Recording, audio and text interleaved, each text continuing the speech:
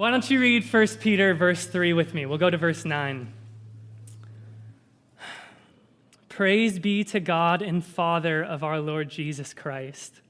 In his great mercy, he has given us new birth into a living hope through the resurrection of Jesus Christ from the dead, and into an inheritance that can never perish, can never spoil, and can never fade. This inheritance is kept in heaven for you, who through faith are shielded by God's power until the coming of the salvation that is ready to be revealed in the last time. In all these things you greatly rejoice, though now for a little while you may have had to suffer grief in all kinds of trials. These have come so that the proven genuineness of your faith, of greater worth than gold, which perishes even though refined by fire, may result in praise, glory, and honor when Jesus Christ is revealed. Though you have not seen him, you love him. And even though you don't see him now, you believe in him and are filled with an inexpressible and glorious joy, for you are receiving the end result of your faith, the salvation of your souls. Who wants to look like that? I want to look like that. How you guys doing? Sweet. I'm Tyler, by the way. I probably should introduce myself. I see a lot of people I don't know. So, hey. Viktor Frankl, he was a survivor of the Auschwitz concentration camp. He wrote a book called The Man's Search for Meaning. You've probably heard Chris Vienond speak of it plenty. It's one of his favorites. But in his book, he chronicles his horrendous experience in Auschwitz as a Jewish inmate. He was tortured. He was beaten to the brink of death.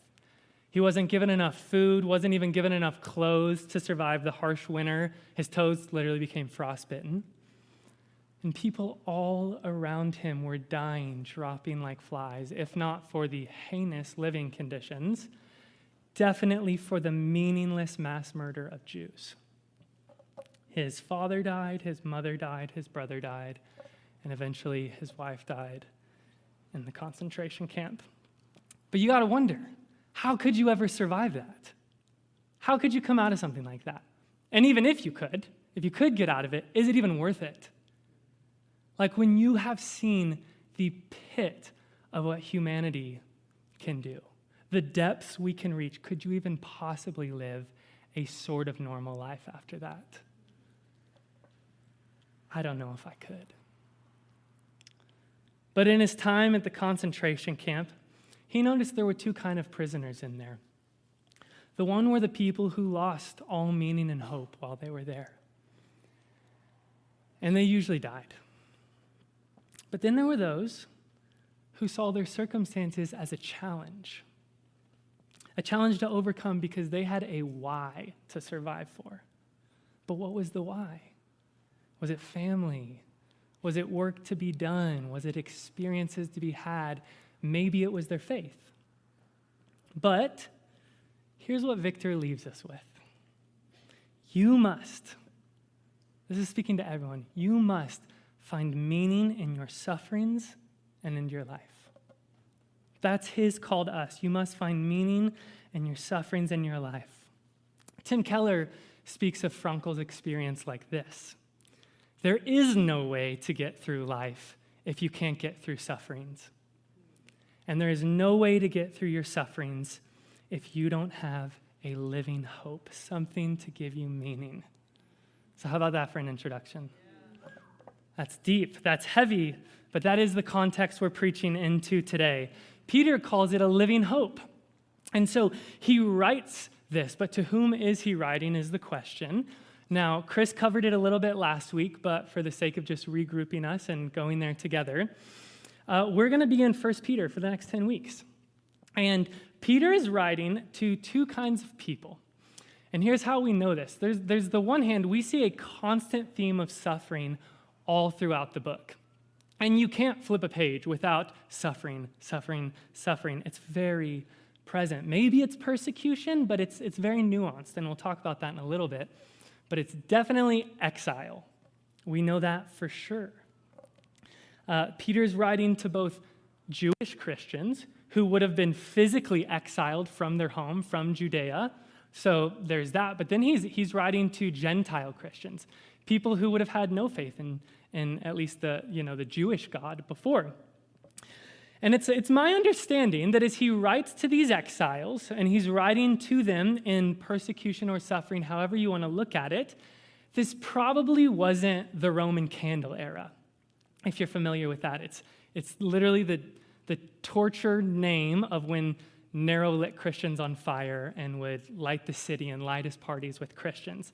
That's probably not the moment we're preaching into, or that Peter is at least. There's no talk of local arrests. There's no talk of being on trial legally. There's no conversations of execution. But what most modern scholars do believe is that this was probably much more of a verbal abuse than a physical abuse. It was probably much more likely that you were experiencing a social ostracism from your neighbors, from your families, from your cities, than having to hide for your life in the catacombs. You know what I'm saying? Pope Gregory VII, he said this: "I have loved justice and hated iniquity.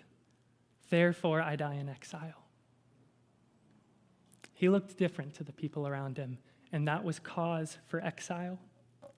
So whether you were a Jewish Christian or a Gentile Christian, or now reading this, both looked vastly different, at least in terms of their values, of their morals, of their ethics, of their faith, than the world around them.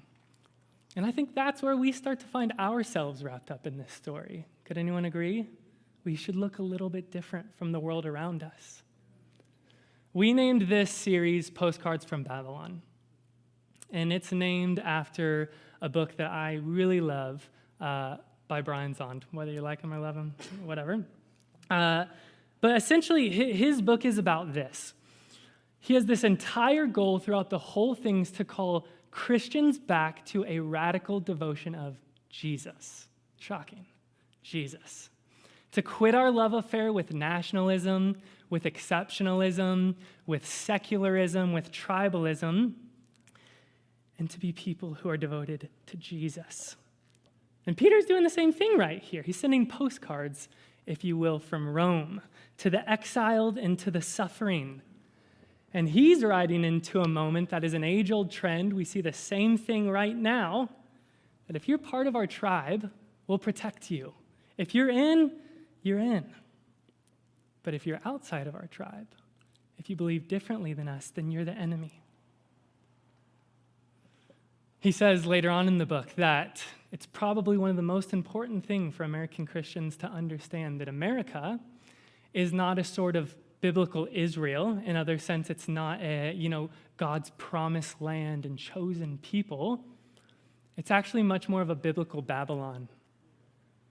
We live in an empire. We do. We say, "In God we trust," it's our motto, and yet we have invested the most money of any nation in the history ever in artillery and defense. But in God we trust. That's quiet. We live in a moment that isn't specifically, I knew this was going to be tough. We live in a moment that isn't specifically unique, but it's extremely unfortunate that we say our faith centers us on a high moral stance, on an ethical framework, yet we endorse national leaders on both sides who endorse the exact opposite. Wrapped up in all this, we live in a cancel culture where we want to scathe people and lock them behind the prison doors of our rejection, and we have no culture of forgiveness, at least in the mainstream. So both sides, man, we're all playing the game together. Now, little story. I love the street I'm on, Albert Place, Costa Mesa, right behind the Alibaba. Hit it up. And I love my street. I go on walks every single morning. And it's been the best, mostly to just wake me up out of my fog, my haze, whatever you want to call it, that I'm in the mornings. But I've gotten to meet a lot of my neighbors, and they are amazing people. I love them to death. It was like having a little puppy when I had my leg brace on. They just all wanted to talk. But they're all amazing people. But here's what happens. As I get to know them, as I get to talk to them, I've learned that they don't talk that much to each other. But they all have sly comments about one another a little bit. So here's the deal. They don't talk to them, I talk to them, but they all argue a ton. with their flags. So, gigs up, I live on a flag street, or at least I especially did in the middle of all the crazy stuff of the last year and a half. But I would walk up and down the street every morning, and I would see my neighbors arguing with one another with their flags, and it's amazing. I mean, like literally within a week, they've got their new flag up for the exact cultural moment that just happened the night before. It's amazing. But they would argue with one another. Sometimes I'd walk by and I'd think like, I get it. I get why they're flying that flag, and I guess I can understand why they're flying that flag.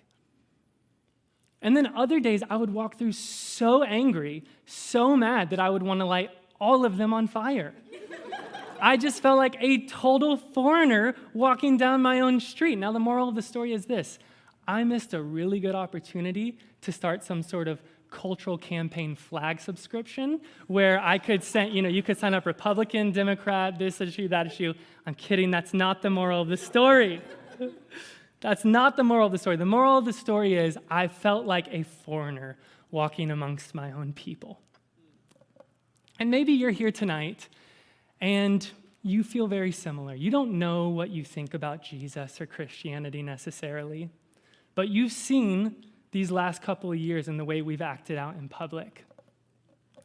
And if it's just about picking one side or the other, being political or not, well, then honestly, you're not in, because that just sounds petty. That doesn't sound like a savior.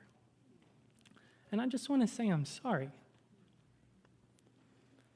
That as the Church of Jesus, we have put on display that disunity is okay, and it's not. Not only have we put it on display, we have shouted it from the rooftops, and it is so unbiblical. And I want to repent because I have been a part of it in my ways. And it's not okay. It's not okay. But as Christians in America, we do not fit. We shouldn't fit. You should not feel completely comfortable in one tribe or the other. We need now, as much as ever, to look radically different from the American dream. We need now, as much as ever, to look different from the nationalistic pseudo-Christian facade, from our neighbors who practice a multitude of spiritualities, from secularism that rejects any sort of truth, and even our friends who love Jesus but hate the church. And not to spite anyone, not to shame people, Jesus is pursuing all of us. He wants all of us.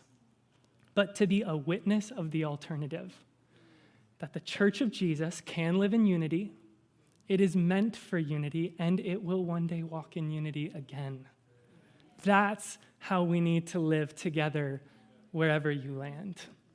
Shane Claiborne talks about, he's this beautiful activist guy, but he talks about every time the early Christians said Jesus is Lord, they were essentially saying Caesar is not Lord.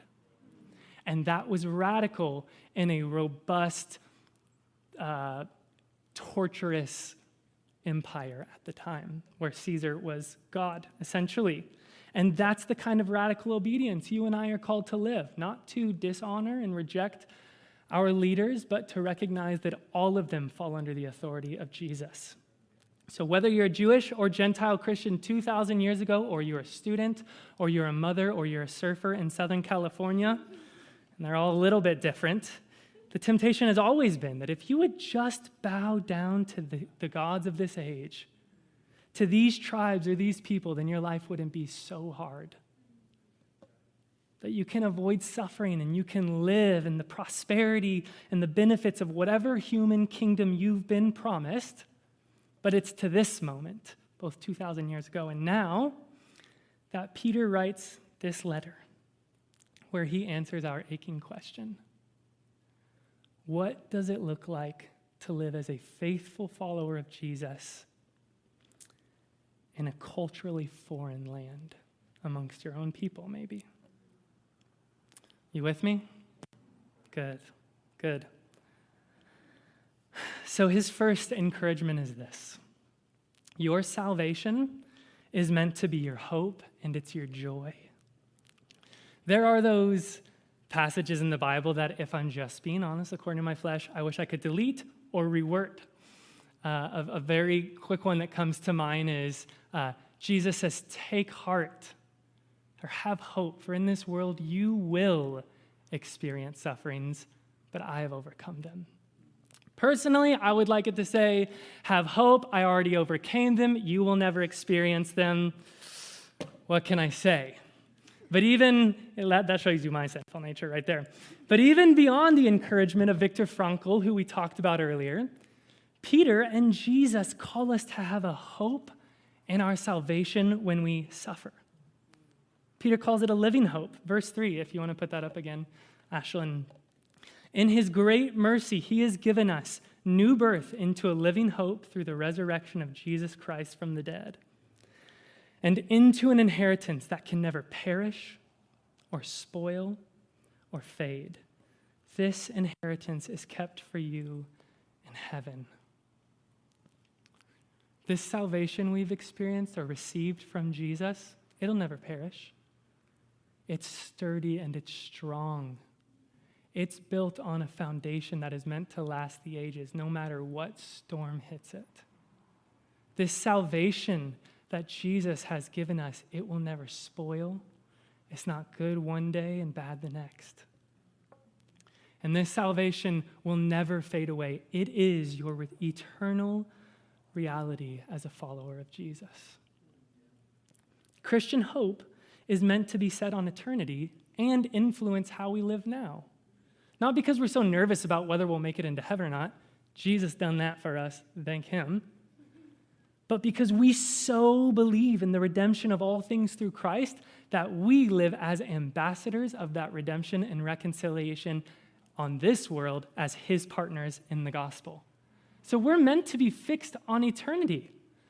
At a conference I was at a couple weeks ago, John Tyson said, in this age of secularism, we've exchanged time for eternity and body for soul. We've exchanged time for eternity. We would so much rather experience it all now. We'd rather have our time the way we want it. People we want to see, how we want to see them, give it where we please.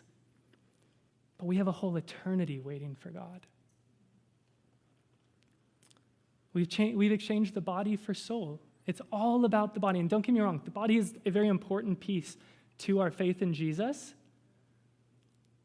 But it's so much more about keeping it healthy and good and experiencing all the pleasures you can possibly experience in your body, yet we neglect our soul that in space and time holds the presence of the living God and will for all eternity. So in light of this eternal reality that is far more compelling than the bumps and the bruises, at this moment, Peter encourages us, have a living hope in Jesus. Be patient, people. If you wait on him for 1,000 more years, be patient, people. Be loving people even when they spit on you. When the world rejects them, give them your love back. Now, we believe that Peter, again, was writing to Jews and Gentiles, and this is where I really start to find us, Genesis, in this story together. It's easy to understand why he'd write to encourage the Jews, right? They are a foreign people. They're living in a land that's not theirs. That's very southern, theirs. A people that aren't theirs, not like them. I'm from Kentucky. They are eating food that their palate is not even familiar with. It is understandable why Peter would write to them to encourage them to rejoice in their sufferings as a physical exile. But then you have the Gentiles. And the Gentiles, they weren't Jewish before meeting Jesus, so they didn't have any former experience with Yahweh. They didn't know the religious laws and customs, etc.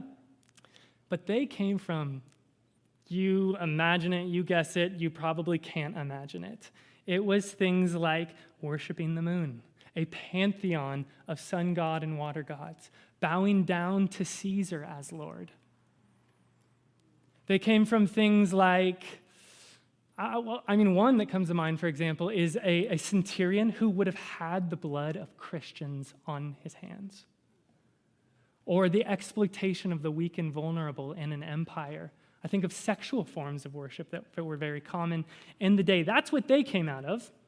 And when they started walking with Jesus, where'd they go? Where'd they go back to? home. The same cities, the same people, the same food, except this time it didn't seem like they really wanted them back. They weren't welcome anymore. Their neighbors wrote them off. Their families became their enemies. You're not in our camp anymore. You don't believe what we believe. You're not in our tribe, so you're our enemy. Does it sound familiar to anybody else? It's a life we live. So what do you do now? What do you do when you start following Jesus and I guess it seems like your life falls apart? Well, you rest your hope in Jesus, and you rest it in the salvation that he has given you. And we rejoice, even when the world spits on us, even when they reject us. I don't even know how to preach this half the time. That is so subversive. But he encourages us, rejoice in our sufferings. You with me? You there? Okay. He encourages us, rejoice in our sufferings. Now, this was really amazing. I credit Wayne Grudem for this one. He says that the Greek word used for rejoice here is not used at all by secular Greek writers. In fact, it's almost solely used by biblical writers. Now, why is that important? You'll see, but I think it is completely foolish to anybody else. Here's why. This word rejoice, to rejoice in your sufferings, is the same word that Mary uses in Luke 1 when she finds out that she will bear the Son of God in her womb, that she'll be the mother who carries the redemptive love and power and grace of Jesus. She says, "My soul magnifies the Lord, and my spirit rejoices in God my Savior." Remember that she was a young single woman, and she would have known that her society would completely ostracize her. It's the same word that the Philippian jailer uses when in Acts, you'd remember Paul and Silas are in prison singing songs of praise, and the prison begins to shake and the doors let open. And the prison guard, the Philippian prison guard, wakes up and realizes, oh my gosh, everyone's escaped, but they haven't. And Paul and Silas are there, and they sit with him, and they go to his family's house, and they share a meal with him. And do you know, moments before, he was ready to put a sword through him because he would rather be dead than experience the shame and the punishment of having failed. But then he rejoices because he and his whole family were saved by Jesus. It's beautiful. And then this word rejoice is the equivalent to the Hebrew word that King David uses in Psalm 51. Restore to me the joy of your salvation. Now, a little context around that one is that David had just slept with a man's wife, got her pregnant, felt really guilty about it, so he sent her husband off to war to be killed just to cover up his shame. So those are three instances we see this form of rejoice being used. Now, stick with me because this to me is one of the most radical virtues of a Christian living as exile amongst their own people. And here's why. Peter's saying you will experience many trials in your life. But may your response be like Mary when she learned she would carry God in her womb, the one who would restore all things. Rejoice when you experience them. You may feel like a complete exile among your own people because they reject you and want nothing to do with you.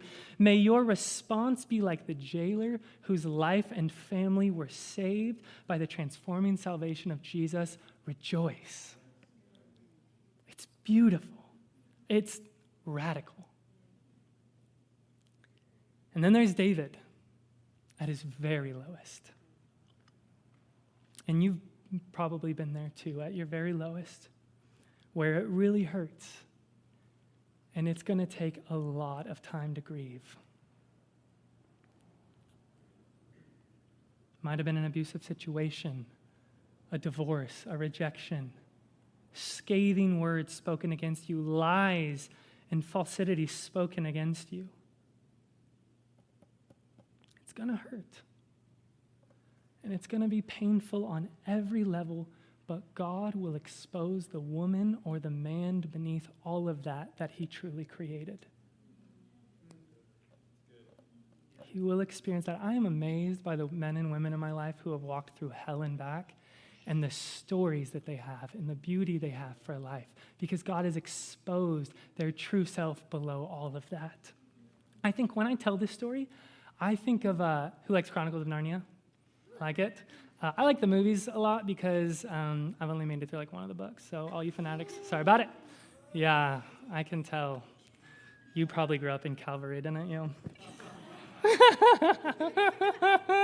That was kind of mean. I love you. I'm so sorry. All of that to say, there is a moment when Eustace, he's this young boy, he gets turned into a dragon, which I get would be a dream for some of us, but eventually not for him. He becomes a dragon, and he is essentially exiled from the human experience he was meant to live. And after being a dragon for so long and not being able to do what he's meant to do and be with the people he's meant to be, there's this dramatic scene where he's doing everything he can to get the scales off of him, because maybe, just maybe, Eustace is still under there somewhere, and he's trying and he's getting nowhere and it's not helping. And then Aslan shows up. And Aslan looks to him and says, I can get those scales off of you. If you want them off, I can take them off, but it's going to hurt bad. I'm going to have to go deep and get all up under them in order for Eustace to be Eustace once again. Guys, when you are in the bottom of the bottom of the bottom and you are longing for the day you will rejoice in your salvation again, may you rejoice now that Jesus is committed to you being the person he created you to be. Walks with us in our dirt, sits with us in our dirt. He is committed to you being the person you were created to be. And I know what it's like to feel like there's absolutely nothing beyond this moment. I watched my parents' marriage fall apart when it didn't have to, but because my dad could not get off drugs. He couldn't do it. I remember the morning I found out that my dad was killed by basically accidentally jumping over a 200-foot wall straight to his death. All I ever wanted was a future of father and son together. I never really got to know him that well. My stepdad tried to kill himself in front of me. There was nothing beyond this moment for him. And I've gone through serious seasons. Some of you have walked with me through it, of depression, where I was almost positive that God was some man-made idea and I was just left alone in this universe to fend for myself. And that's a very frightening thought if you've ever been there. I know what it's like to feel like there is nothing beyond this moment. And I imagine you do too, because you're human. Because we will all face moments of despair that are too dark and too deep for words, and even our spirits struggle to utter a groan. It hurts. And it's the reality of our lives. It's not fatalism, it's just true. That there are moments of joy in our life we didn't even know possible. Two for me were the moment I walked down my aisle at the wedding, and then when Haley walked down that aisle at our wedding. And you can ask anybody there, I was weeping like a baby. I did not know I could feel joy like that. But very truly, there are moments of suffering in our life that hit us like a death blow from a train when we weren't even looking. We will experience those. But maybe you're starting now to understand why secular writers didn't use this form of rejoice. Because it was completely foolish to them. If there's nothing beyond this life, for sure, sex, drugs, and rock and roll, baby. 100%. If pain and suffering is just negative equity and time I'm not getting back, then hell with that. I want nothing to do with it. Get me away from it. But that's why as Christians, we can preach a theology of suffering. Because our Savior was the Son of suffering. Because he experienced the greatest human rejection you could ever possibly fathom. He got lead-tipped, whipped, in his side to pull out his skin off his ribs. He got spit on. He got crucified alive, probably naked, and left to hang for death. But do you want to know if there's anything on the other side of your sufferings? Jesus showed us there's rejection, resurrection. There is resurrection on the other side of your sufferings. That's all. Man, blow a serious moment. There is resurrection on the other side of your sufferings. And I just want to say, as a people who have our hope set on eternity, Genesis, we do believe in the bodily resurrection of the church. This life is not it for us. Is there any meaning in your pain? Well, Peter promises us from experience that walking through all of your pain will create in you an enduring faith that can walk through anything. But you have to walk all the way through it to know God will walk all the way through it with you. The only way you can learn to rejoice in your sufferings is to walk all the way through it and look right to your side once you go all the way through and say, wow, God was with me the whole time. It sucks, but he will walk all the way through it with you. And none of this is meant to dismiss the pain and the grief or the trials that you faced in your life. Not at all. They are very hard. They are very serious. They really hurt. But it does, and this is hard to preach, especially people our age. I've really been struggling with this. It does minimize their power in an eternal perspective. That the bottom of the bottom of the bottom of humanity, the wretchedness that our sin and our sufferings can bring, they are puny compared to the glorious riches of God and to the living hope that we have in eternity with him. It's so beautiful. So I am officially over on time, but I'm pretty much done. So what can we learn from Peter? What can we learn from him in this first chapter? Well, I think we need to remember that he's the one, Peter is the one who rebuked Jesus for talking about suffering. He's the one who ran from the cross. He's the one who got it wrong so often. He's the one who rejected Jesus. See, I think what Peter's saying here is that there's two things. There are trials in your life that you will walk through, and they may have, not only will you walk through them though, but like the generations behind you will experience the repercussions of them. And they have very little meaning or use in walking through other than in light of eternity, other than in light of the trust and redemption of all things, whether we see it in this life or not. But equally, and this is from Wayne Grudem, that there are moments in our lives where we walk through the fire and flame. We meet the ocean floor of the human experience. We find ourselves lonely and isolated and rejected. Not because you necessarily did something wrong, not because you didn't have enough faith, not because God's punishing you, but these trials, they burn away any impurities in our faith. And what is left when the trials have ended is purified, genuine faith, like pure gold that emerges from the refiner's fire. Genesis, you've heard it said, run from your sufferings, run from your pain, run from exile, run from persecution. But Peter says, rejoice. Rejoice. As I end, and we're going to have some time of prayer and worship and ministry after this, so we can just all encounter the Lord together. Recognize his presence right here, Jesus. As I end, there's just 4 things that I want to encourage us into. Seriously, you guys come up.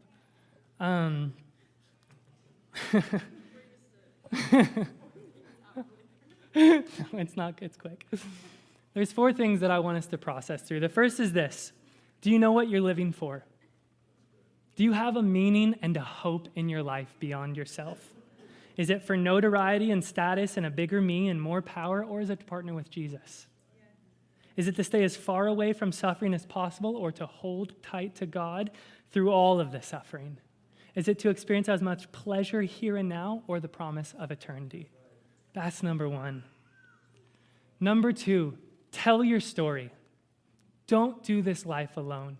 Don't do your sufferings alone. One of the things that really struck me as I was studying this week is that I found out the bulk of the Old Testament was written during and after exile. So what does that say? It means that when they were in their darkest and lowest moments, wondering if God was faithful, they wrote their story. Don't forget who we are. Don't forget what God actually says. Don't forget what he says about you. Don't forget what he says about himself. And aren't we the same? We need the story of God to be present in our lives. So share your story with one another, period. And the third is very much on the same breath. Bear the burdens of your community. You might not be in the depth of the depth of the depth right now, but I promise you there are people in here and not in here who are. Take a moment to get to know them. Walk with them. Sit in the dirt of their sufferings, just like Jesus does. You don't have to fix it. You probably couldn't. Let Jesus minister them, but be his hands and feet by sitting there with him. And then the final one is this. We're going to have a time of prayer and response, and Dan's actually going to lead us into that. But I specifically, I'm going to be over here, and I want to pray for those of you who have felt like your sufferings are because you don't have enough faith in God, who felt like maybe God's abandoned you or doesn't love you, who have felt like maybe if I would have just done this, then he would have shown up. I don't know the specifics, but I do know that I found myself there quite often, and I just want to pray for God's Holy Spirit to come and minister to us. So, Dan, why don't you come up and just lead us into a moment of just responding to the Lord together?